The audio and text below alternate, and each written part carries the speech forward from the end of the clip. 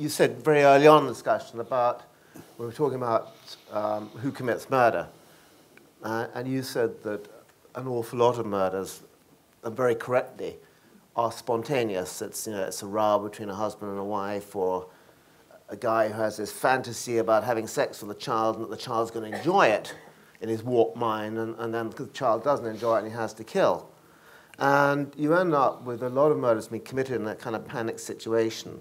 And almost invariably, in that panic situation, they're going to make a bodge of disposing of the body. They're going to make various mistakes get picked up. The smart ones, I think, are the really scary ones. The people like Dennis Rader in America, Ted Bundy, you know, who killed 39 college students. He was a lawyer for the Republican Party. I mean, Ted Bundy planned. He was known as BTK, which stood for charmingly bind, torture, kill. And he would stalk his victims for a year. He'd buy a Barbie doll, practice what he was going to do on his victims with the Barbie doll, and then he'd take his victim at the right moment, torture them, and kill them. And he got away with it for a long time because he did plan.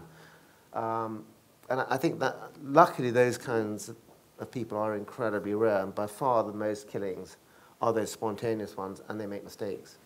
Okay, we've got time, I think, for one more question, although it may have some ramifications, and it's Roland Webster. Roland? Roland? Hi. Question is Roy Grace going to survive the coalition government cuts? Early retirement, perhaps, question mark, although he's a bit young for early retirement, I think. And I mean, I think there's actually quite a lot of interesting questions and challenging questions for all of us about proposals and different ideas about the police service. We were discussing earlier which of my two colleagues might have wanted to be a police commissioner. Is that what? Anyway, do you want to start on early retirement, next novel? He's only coming up to 40, and he hasn't been in the police service for long enough to retire yet. I had to make a decision with Roy Grace. Ian Rankin, when he created Rebus, made him a year older with each book, and ultimately he hit the retirement wall.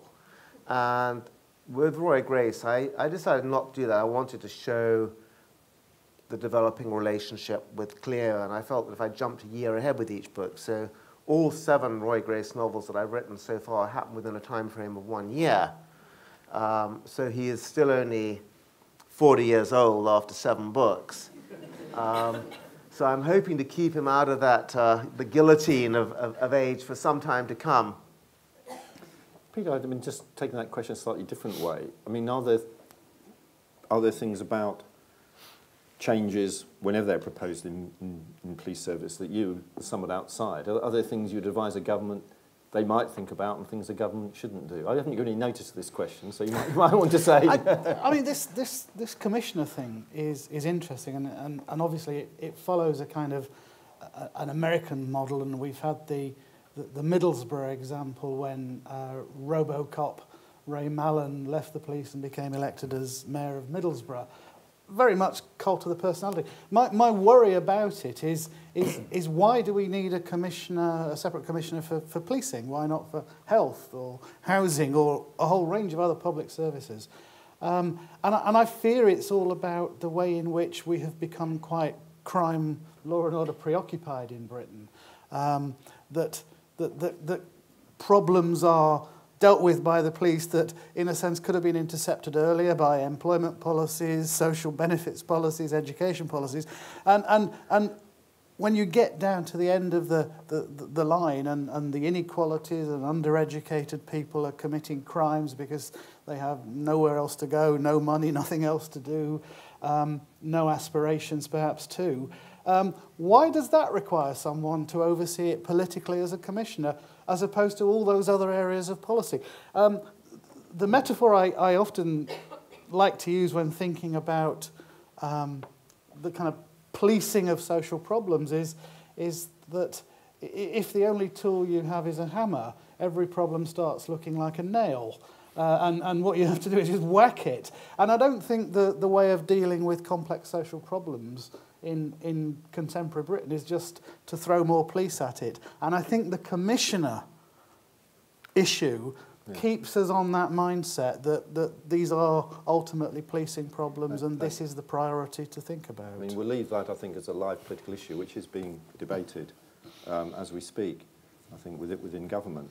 Perhaps the very final point on Roy Gray. So if he's not going for early retirement, any clue as to how many more novels there might be?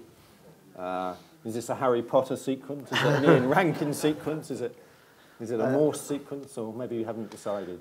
No, I'm really enjoying writing them, and as long as lovely folk like you in the audience who enjoy reading them, I plan to continue. I have a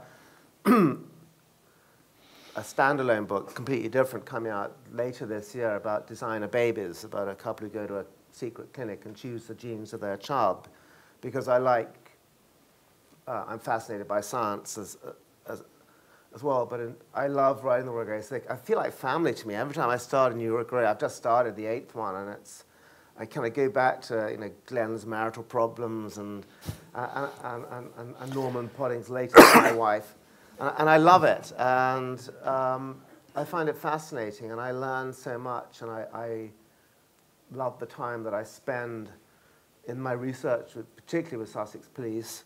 And I will go on writing them for the foreseeable future, certainly. Thank you. Colleagues, audience, thank you all very much for coming. I'd really like to thank both Peter Squires and Peter James for joining us this evening.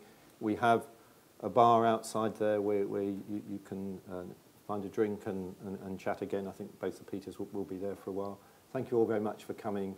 I've really enjoyed this evening. I hope you have.